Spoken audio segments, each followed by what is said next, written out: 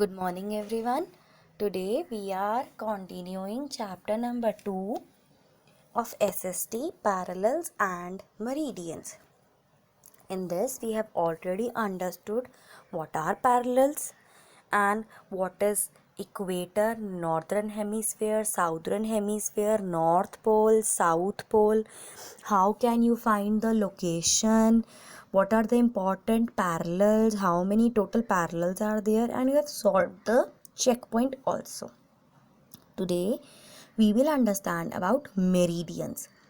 Meridians किसे कहते हैं? मेरिडियंस है नॉर्थ से साउथ में जो इमेजिनरी लाइंस आ रही हैं, जिन्हें हम लाइंस ऑफ लॉन्गिट्यूड भी कहते हैं, उसे हम मेरिडियन कहते हैं. अब मेरिडियन में क्या इंपॉर्टेंट चीज़ें हैं ये समझते हैं. सारे मेरिडियंस जो है वो सेम लेंथ के होते हैं. Maximum distance between two meridian is at equator. सबसे ज़्यादा डिस्टेंस, सबसे ज़्यादा जगह अगर कहीं होती है मैक्सिमम, वो होती है equator.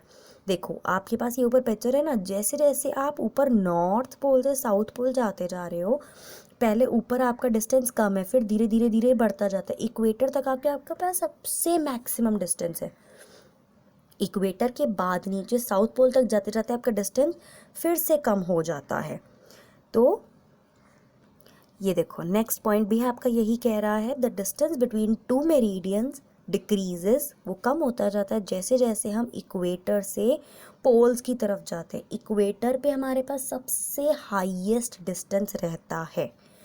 Meridians cut the parallels at 90 angles, that is 90 degree पे हम उसको पैरेलल्स को कट करते हैं मेरिडियंस. इसका एक प्रॉपर अगर ग्रिड बनेगा तो आप देखोगे कि वो क्रॉस क्रॉस लाइंस प्रॉपर आ जाएंगी, प्रॉपर बॉक्सेस बनेंगे. Next, meridians are use to measure distance in the east west direction. यही मेरिडियन यूज होते हैं हमारा डिस्टेंस नापने के लिए कि ईस्ट वेस्ट डायरेक्शंस में कितना और डिस्टेंस अभी रहता है कवर करने के लिए.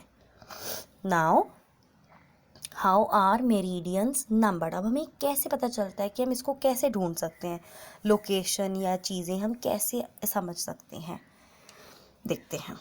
You have read that to number the parallels we start from the equator.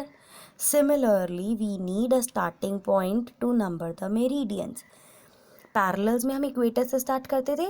उसका equator, Tropic of Cancer, Tropic of Capricorn, Arctic Antarctic, ये सारे डिफरेंट हमारे पास थे, वो प्रॉपर पैरेलल था. मेरिडियंस में भी हमें एक स्टार्टिंग पॉइंट चाहिए. तो इसमें क्या है, 1884 में हमने डिसाइड किया था, लंदन में एक जगह है ग्रीनविच, तो हमने डिसाइड किया कि वो हमारा स्टार्टिंग पॉइंट होगा. In 1884 it was decided to fix Greenwich, a place near London, as the starting point for numbering meridians. तो इसीलिए मेरिडियन का अगर मैं स्टार्टिंग बोलूँ तो जिसे हम प्राइम मेरिडियन कहते हैं, उसका दूसरा नाम होता है ग्रीनविच मेरिडियन. ये दोनों ही नेम एक ही बात के हैं, that is starting point. The meridian that passed through Greenwich was marked 0 degree and named prime meridian. देखा मैंने आपको कहा ना, ग्रीनविच मेरिडियन और प्राइम मेरिडियन दोनों सेम चीज़ है, पर इसके दो नाम हैं. दोनों को 0 डिग्री मार्क करा क्या. The longitude of a place is measured east और west of the prime meridian. अब उसके लॉन्गिट्यूड से उसको डिसाइड कर रहे थे कि वो ईस्ट है या वेस्ट पे है. Like parallels, meridians also drawn and at an interval of 1 degree. जैसे पैरेलल्स को हम 1 डिग्री के डिस्टेंस पे ड्रॉ करते ताकि उसका सिमेट्री रहे, वो इक्वल रहे, ऐसे ही मेरिडियन भी 1 डिग्री के ही डिस्टेंस पे ड्रॉ करते हैं. अगर हम प्राइम मेरिडियन से मूव करते हैं ईस्ट या वेस्ट की तरफ, तो हम लोग पहुंच जाते हैं हाफ वे, अर्थ का आधा रास्ता हम पहुंच जाते हैं, दैट इज़ 180 डिग्री हम पहुंच जाते हैं. Thus, there are 180 meridians towards the east of the prime meridian and 180 meridians towards the west of the prime meridian. दोनों ही तरफ हमारे पास 180 meridians होते हैं, जबकि आपको पैरेलल्स में याद है 90 थे नॉर्दर्न हेमिस्फीयर में और 90 ही थे साउदर्न हेमिस्फीयर, और टोटल पैरेलल्स थे 181, क्योंकि उसमें एक इक्वेटर का भी था. बट मेरिडियंस में 180 मेरिडियंस तो ईस्ट की साइड है और 180 मेरिडियंस ही वेस्ट की साइड है, तो ऑलरेडी 360 मेरिडियंस आपके पास पूरे होते हैं. The meridians of 180 degree east and 180 degree west is the same line. So in total there are 360 meridians. देखो जो मैं ग्रिड आपको समझाना चाहती थी,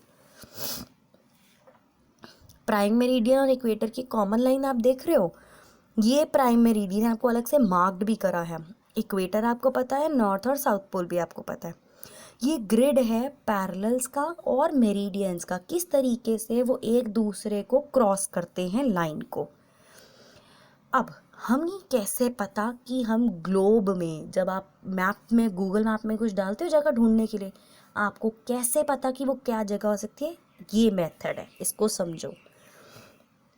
the parallels and meridians form a network of lines on the globe. ये देखो, अगर एक आपके पास ग्लोब गिवन है, पैरेलल्स और मेरिडियंस दोनों ने मिलाकर एक ग्रिड बना दिया. इससे हमारे लिए बहुत आसानी है ग्लोब पे सर्च करने की. To locate a place we must know the value of its parallel और लैटिट्यूड. अब अगर मुझे जानना है कि वो जगह कहाँ है, तो मुझे दोनों की वैल्यू पता होनी चाहिए. पैरेलल की भी, that is latitude, and meridian की भी, दैट इज़ लॉन्गिट्यूड. इन दोनों की मुझे जगह पता होनी चाहिए, वैल्यू पता होनी चाहिए कि कौन सी नंबर पे वो खड़े हैं. And the meridian cross each other is the location of that place. जिस जगह वो दोनों कनेक्ट होते हैं उस जगह पे मेरा रीचिंग पॉइंट होता है, जिसे मैं कहती हूँ मुझे वहाँ पहुँचना होता है. इस तरीके से मैं जगह ढूंढ सकती हूँ ग्लोब पे इस ग्रिड की मदद से.